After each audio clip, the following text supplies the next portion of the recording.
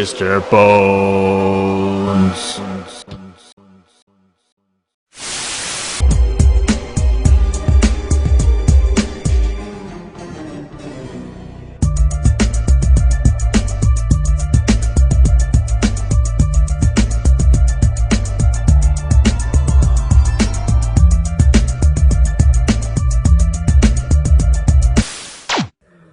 What up, peeps? Mr.Bones back at you, and welcome back to Peep This Reviews.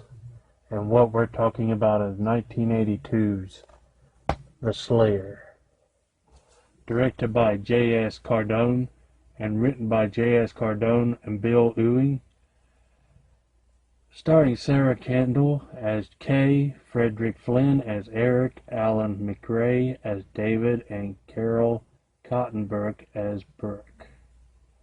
Two couples become stranded on an island and are haunted by a supernatural beast drawn to the wife of one of the couples, who dreams of its killings.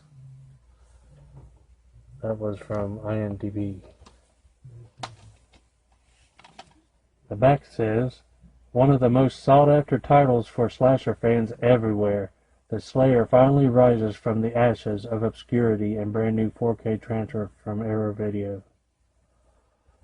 In this chilling classic, two young couples set off to a secluded island for what promises to be a restful retreat.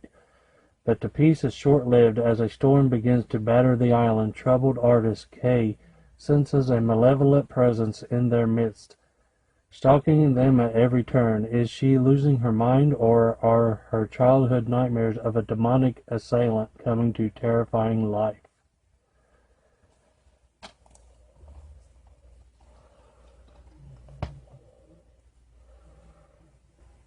So this movie comes on and you're meeting these two couples that are getting dressed and cleaned up and ready to go on a trip. It is Kay and her husband David, and then the other couple is Kay's brother Eric and his wife Brooke. They're going together to this island for Kay to get some rest on a vacation on this little island. She's troubled. She has these weird dreams and is haunted by like a demonic presence, and apparently it has been bothering her since childhood. The brother tells his wife a story about when their parents gave his sister a cat for Christmas, and the next morning they found it in the meat freezer frozen, and she said it wasn't her, it was a monster from her dream. Well, these two couples, they get flown to this private little island by a guy in a little airplane, and it's a secluded little island, nothing there but this house that they stay in, and a dilapidated, broke down, tore up old theater. And I guess this place used to be a resort, but it's not anymore. It's ran down. And before anything gets going with the main characters, you see a fisherman sitting on the side of the beach, cleaning a fish, and something comes up from behind him and bashes his skull in with a boat oar. Then you go on to watch the four couples hanging out in the house or the resort or whatever it is. Then they go to bed. The husband David hears a noise, so he goes to check it out. And he goes down in the basement and dim-wittingly sticks his head up in this elevator shaft thing, and the swinging doors swing down and trap his head there, and he's hanging there, and it like almost cuts his head off his shoulders, which does kill him, but I've never seen a kill like that before. It closes all around his head, and he's hanging there, and his legs are dangling, and it's cutting the skin off the side of his neck, and yeah, that's your first victim. The other three wandering around the island, yelling for David. and they slowly just get picked off one by one. Eric is shooting off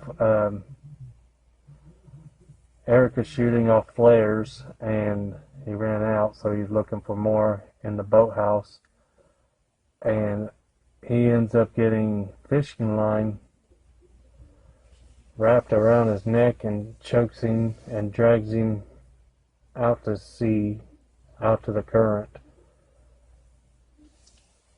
And then later his wife finds him washed up with crabs crawling over his head, and she ends up in the boathouse and gets killed by a floating pitchfork that just floats across the room and stabs her through the back out the front. Kind of reminded me of like a kill you'd see in Friday the 13th.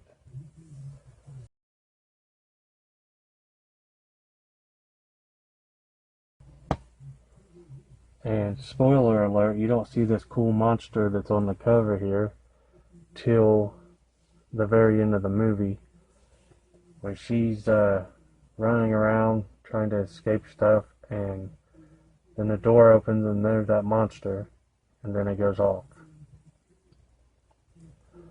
This movie was alright.